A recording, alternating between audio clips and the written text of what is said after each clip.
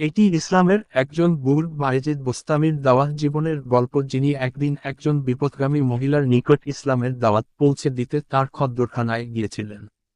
আমার যতটুকু সাধ্য ছিল তা আমি করেছি। ব্যভিচারের ঘৃণ্য পথ থেকে তুলে এনে নামাজের বেশে তোমারই সামনে দাঁড় করিয়ে দিয়েছি। হে খোদা, আমি তো তার দেহটিকে তোমার দিকে ফিরিয়ে দিলাম, বাকি কাজটুকু তুমি করে নাও। তার অন্তরটাকে তোমার দিকে ঘুরিয়ে দাও।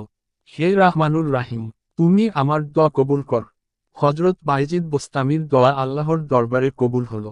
দোয়া সমাপ্ত হওয়ার সাথে সাথে মেয়েটির হৃদয়রাজ্যে তুমুল ঝড় শুরু হলো। তার চেহারায় এক অভাবনীয় পরিবর্তন দেখা দিল। আল্লাহর ভয়ে তার অন্তরাত্মা কেঁপে উঠল। গোটা জীবনের পাপের কথা স্মরণ করে আক্ষেপ আর অনুতাপের অনলে তার অন্তরাজ্য দগ্ধ হল। ভাবল, আমার কারণে হাজারো মানুষ বিপদগামী হয়েছে, পাপ পঙ্কিলতায় নিমজ্জিত হয়েছে, সুস্থ ও আদর্শ জীবন পরিত্যাগ করে অন্যায় অপকর্মে অভ্যস্ত হয়ে পড়েছে।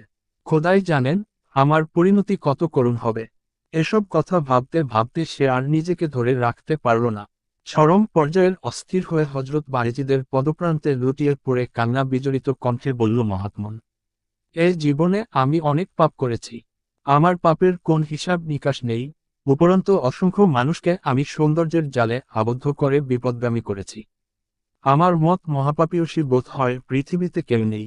হজরত, আপনি আমাকে রক্ষা করুন। আমাকে তাওবা করিয়ে পাপমুক্ত করিয়ে দিন। আমি চিরদিন আপনার নিকট কৃতজ্ঞ থাকব। মেয়েটির পরিবর্তনে হজরত বায়েজিদ অত্যন্ত খুশি হলেন। তিনি আল্লাহ পাকের শকর আদায় করলেন এবং সাথে সাথে তাওবা পড়িয়ে দিলেন।